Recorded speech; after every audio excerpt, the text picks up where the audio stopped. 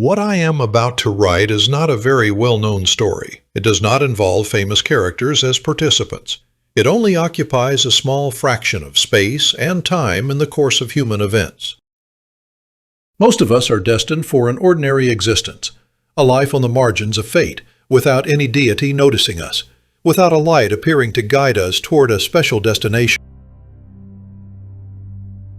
Like the light of a lighthouse, an ancient lighthouse that signals the presence of a small island in the vast blue ocean. An island that the natives call Ámut.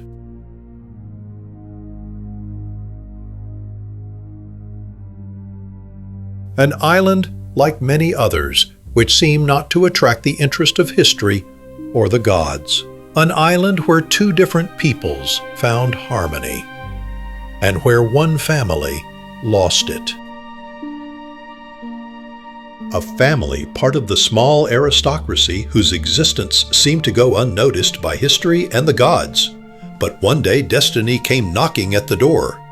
And as often happens, destiny has two faces. Destiny always brings with it both the sweet and the bitter.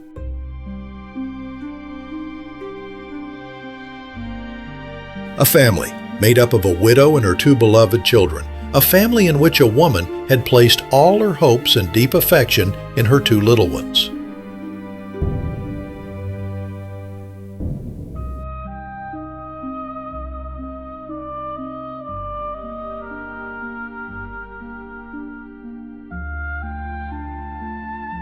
A family whose ordinary existence was a torment in the heart of a woman. A heart where ambition and love for her children resided. A woman whose tormented soul was like a vessel sailing through dark seas and skies, waiting for a light to guide its course. A light, even a faint one, to steer toward.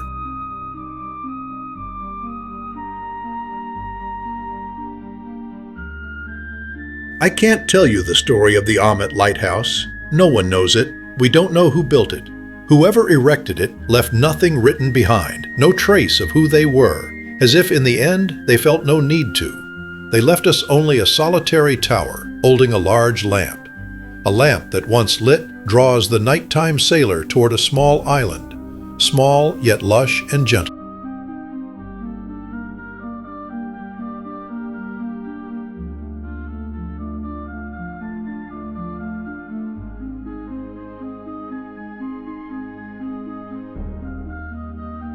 Ámut is so lost in the shocking blue expanse of the ocean that it's barely visible during the day. You can only see it if you know exactly where to look, and even then the light seems to wrap around it, almost as if to hide it from us. Ámut is easier to find at night. It is thanks to the light of a lighthouse, which, though faint and distant, steals a bit of space from the darkness and shows you a way. In the dark, even a small light is enough to show you that something is there, to show you that you're never truly lost.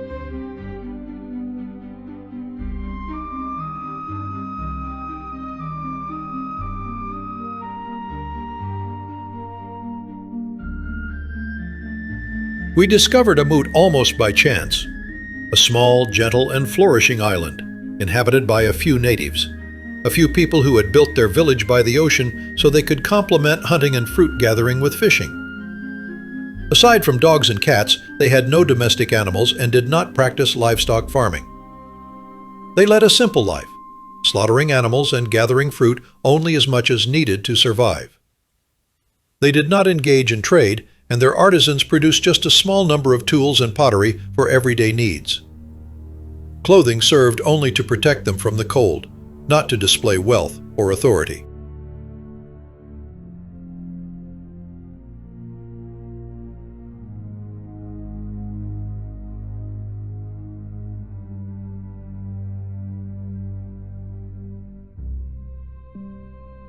In Ámut, there was no clear authority.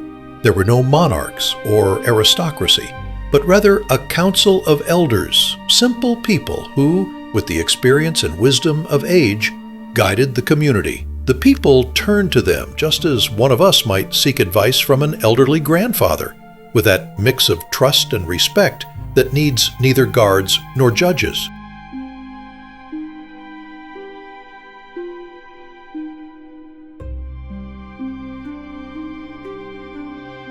When the first of us landed on that island, it seemed to them as if time had stood still. They immediately wondered how people could be content with such a simple life, so different from our own. There was fear that no dialogue would be possible with them, let alone coexistence.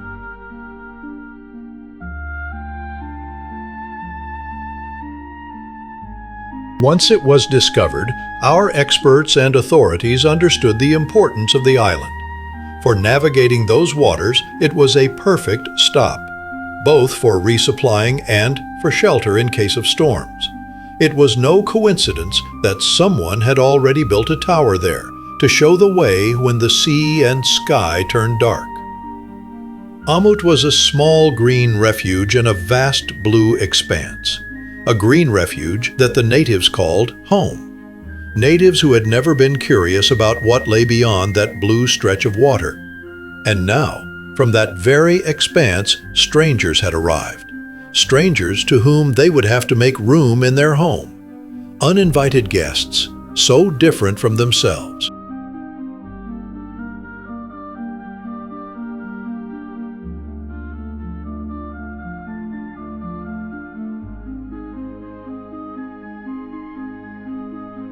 However, things unfolded in an unexpected way. As if the differences were only superficial, the souls of the two peoples quickly found harmony.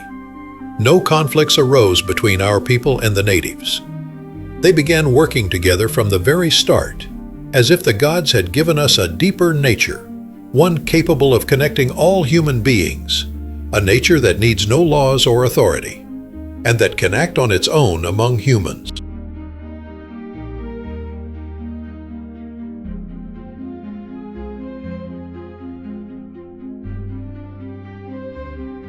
Two peoples, one devoted to technology and trade, the other living in harmony with nature, found themselves sharing life on a small island lost in the ocean. It happened without anyone having planned it, as if the gods or fate had wanted to play with the most evolved of living beings, placing a light between two groups of them so they would meet, so they would be put to the test.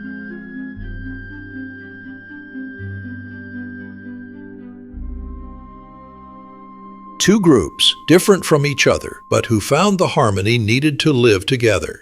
And so the gods were astonished to see them share their experiences and their feelings. Even though Ámut is a small island, the natives gave up part of their space, and our people were able to establish their own settlement, first a simple fort, then a small town, a town with houses, shops, and a welcoming port.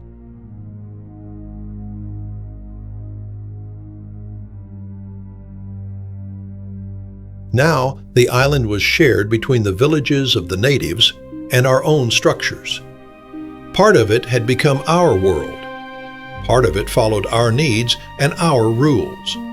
That is why it needed to be governed.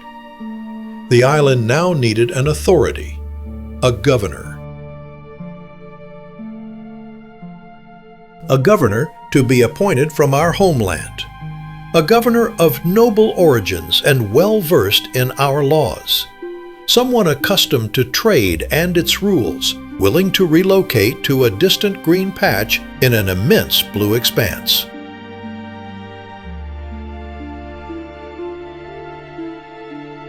An operation that proved to be anything but simple.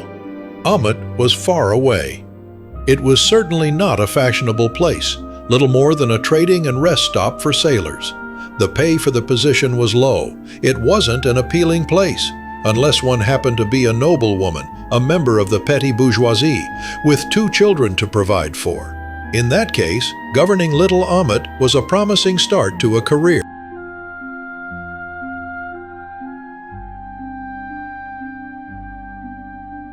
And so the noblewoman, when asked if one of her sons could take on the role, was more than happy to accept.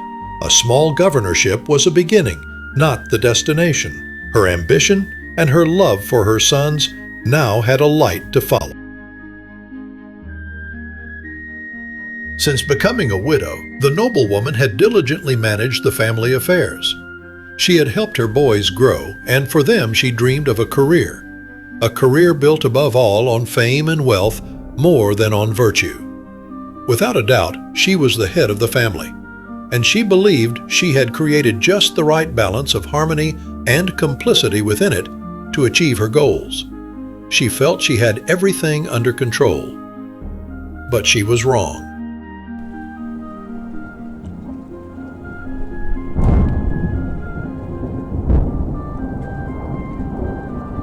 A small green island standing against the endless blue expanse of the ocean, which had witnessed the birth of an unexpected harmony between two very different peoples, was now undermining the harmony that seemed solid within a single family, as if the gods preferred virtue over laws and order. Fate was revealing the two sides of the coin. The first offered the allure of a promising career. The second, more insidious, presented the price to be paid, as if the gods always demanded a sacrifice in exchange for their gift. Just as the gods prepare a storm for the seasoned sailor who confidently watches the calm sea, so too did fate reveal its game to the noble woman. Fate placed her before a choice. Of her beloved sons, only one could assume the role of governor. The other would have to remain in the shadows. Now, the noble woman was forced to make one of her cherished sons the chosen one. Inevitably, it would put the fragile harmony of the family to the test. The firstborn, confident and experienced in trade, was a firm believer in social hierarchy. The second son, with a more sensitive nature and artistic spirit, was more devoted to art than to commerce. These were the noble woman's two sons. Choosing was easy for her, as she believed the elder to be the more suitable. He would make a good governor, especially since service on a small island was not particularly demanding, just enough for the start of a career and to bring visibility to a family of the lesser aristocracy. She calculated that the success of the firstborn would reflect on the whole family, on herself, and on the younger son, who would then find doors open for his own career as well.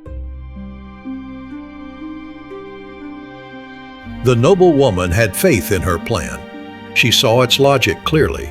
She believed herself to be the undisputed guiding figure of the family, a family she saw as strong and united. But in the end, how well can a mother truly know her own children? How deeply can she read into their hearts?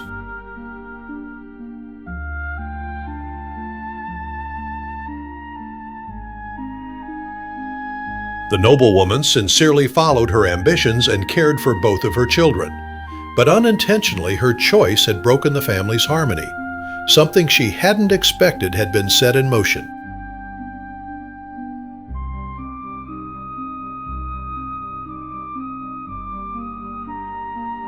It happened that the mood of the two brothers began to change. The chosen one started to see himself as more confident and in a superior position, while the one who had to step back began to feel humiliated. He began to feel that he had lost something. The logic of the plan devised by their mother lost its meaning, and between the two brothers the harmony slowly began to fade.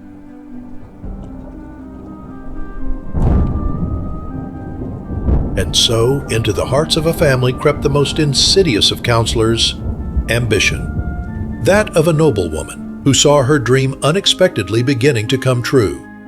That of a young man who suddenly found himself rewarded with prestige. And that of a brother, an ambition he didn't know he had, but which was awakened by an unexpected rejection.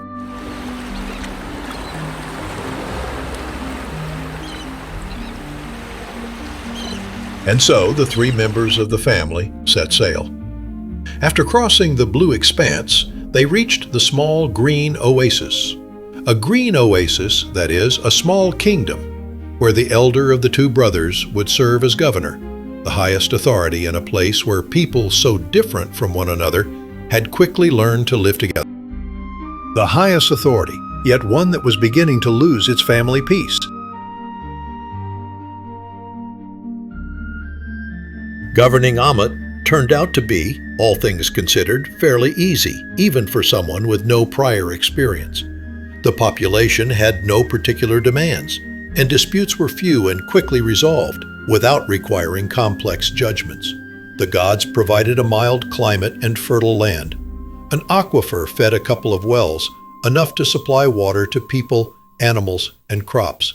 The most demanding administrative task was registering the ships that docked at the port, ensuring rest and refreshment for the crews, and making sure supplies, especially medicine and salt, which were not available on the island, were never lacking. But all of this was having a terrible consequence. Two souls were drifting apart. One was filling with pride, the other with mortification. Two souls were growing distant, without a mother being able to imagine it, without a mother being able to even slightly foresee the tragic events her beloved family was heading toward.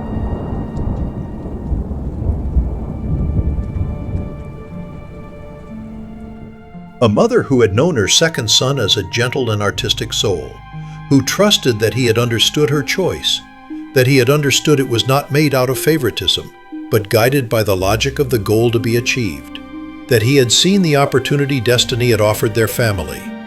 But perhaps, even a great mother's heart can lose its guiding light in the sea of actions, if ambition overshadows virtue.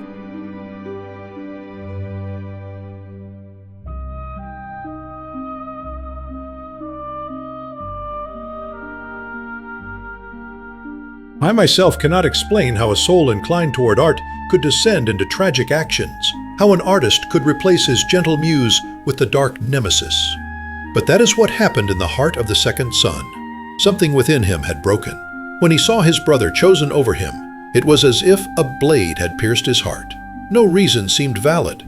His mother had favored the firstborn. Even a single extra heartbeat from the woman had been given to the elder son.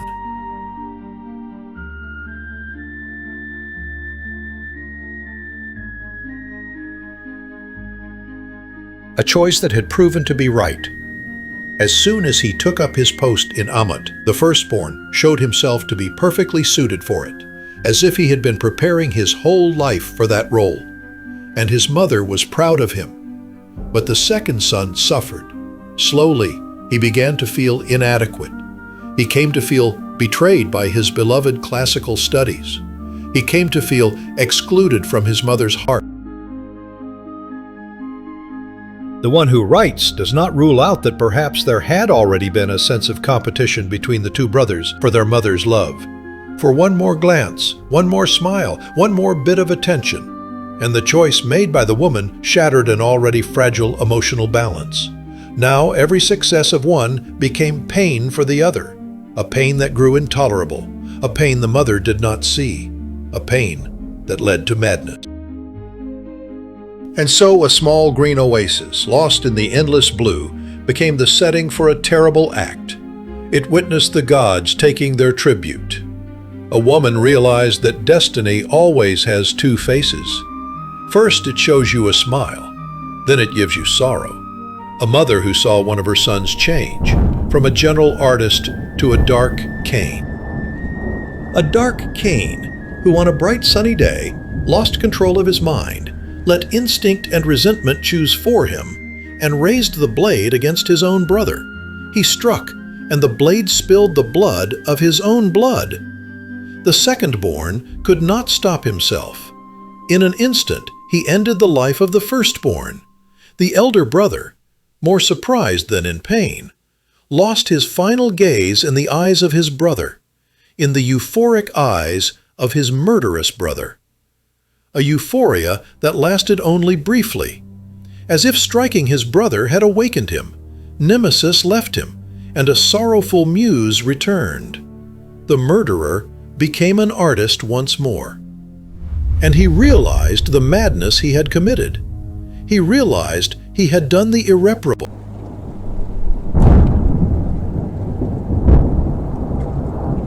Forgive me if I cannot describe how the noble woman felt. A noble woman who, just as she believed she had become the master of her own destiny, suddenly lost everything. The gods, who at first seemed not to have noticed her, suddenly lifted her toward the altars, only to wound her deeply and take everything from her. On a small island where two peoples lived in harmony, a family that seemed to be fulfilling its ambitions tragically lost its own. Now the heart of a mother was shattered by grief, that of one son shattered by remorse, and that of the other shattered by a blade driven by madness. For the record, I must report that the noble woman returned to her homeland. She shut herself in her home and never left again. Only a sister and a cousin visited her from time to time, bringing groceries and offering some company. The second-born was sentenced to 20 years, but after only a few years in prison, his mind was lost forever. He ended his days anonymously in an asylum for the insane. Meanwhile, the firstborn remained in Ámut. The island had a small cemetery, and there he was buried. The gods had denied a noble woman and her younger son a light that could show them a way out of their tragedy, a light, even a faint one, that might have guided them through the tragic darkness that had engulfed their lives. For a historian, reporting the facts is always the easiest task. It is enough to recount the events. A historian is considered good the more accurately they report what happened, without adding anything and without having to find explanations. The more difficult task falls to the philosopher, who must delve into the human souls of the protagonists, search for the deeper causes behind their actions, and offer explanations where none seem to exist. The historian, on the other hand, is freed from this burden, which can be left to the readers themselves, to the experiences and sensitivity of those who have the patience to listen.